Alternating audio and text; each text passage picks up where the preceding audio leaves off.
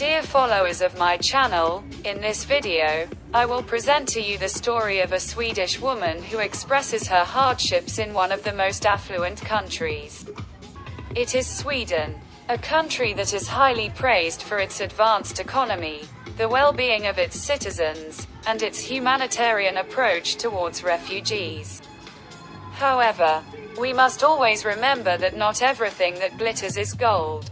This story, published by the Swedish Information Center, may drastically change your perception of Sweden and the lives of its citizens. Lena, a Swedish woman, reveals that she is left with only 1,000 Swedish kronor after paying her bills, and she is seeking to find a wealthy man. It should be noted that the exchange rate is 10.8 krona per US dollar. Lena, a Swedish woman, finds herself in a highly challenging and financially strained living situation. She describes her financial life as extremely burdensome. The reality in Sweden is currently difficult for her. Lena works full-time, exhaustedly juggling between work, household responsibilities, and taking care of her children.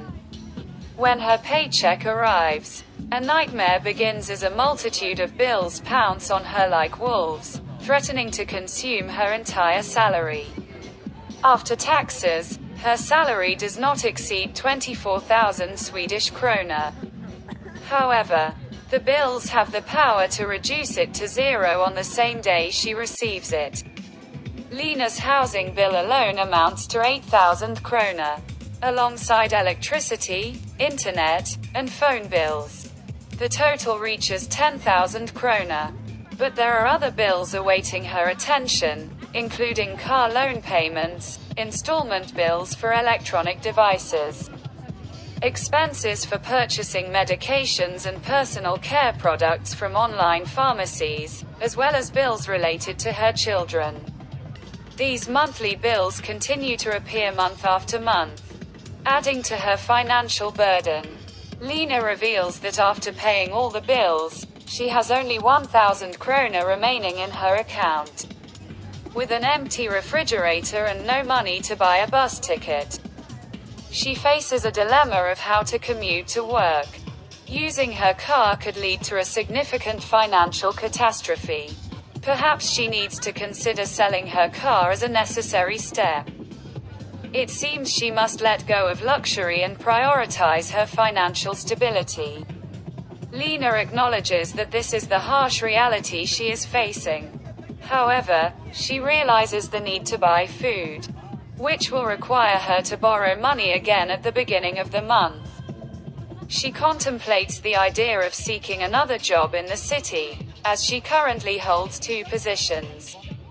One as a freelance journalist that may bring in a few thousand krona per month, and the other in the healthcare field.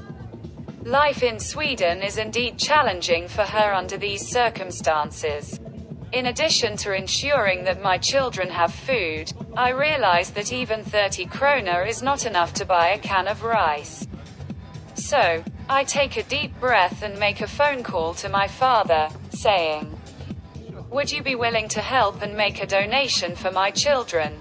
Because they need food." My father warmly welcomes the request, agrees, and offers a generous contribution of 1,000 krona. I am extremely grateful. My father is also struggling with his own living situation due to his meager retirement income. I appreciate him greatly, as not everyone in Sweden has a father who can provide them with 1,000 krona per month. In my kitchen, I have chickpeas, lentils, fava beans, corn, and other cheap food items in the war food section.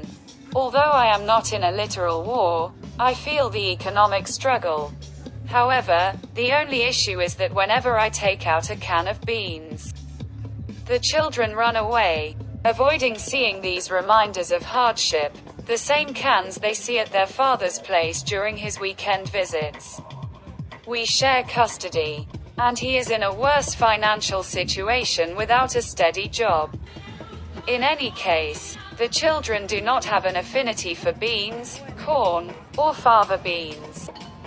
I feel frustrated for not instilling in my children a love for legumes. I was naive to believe that life would always remain good and improve.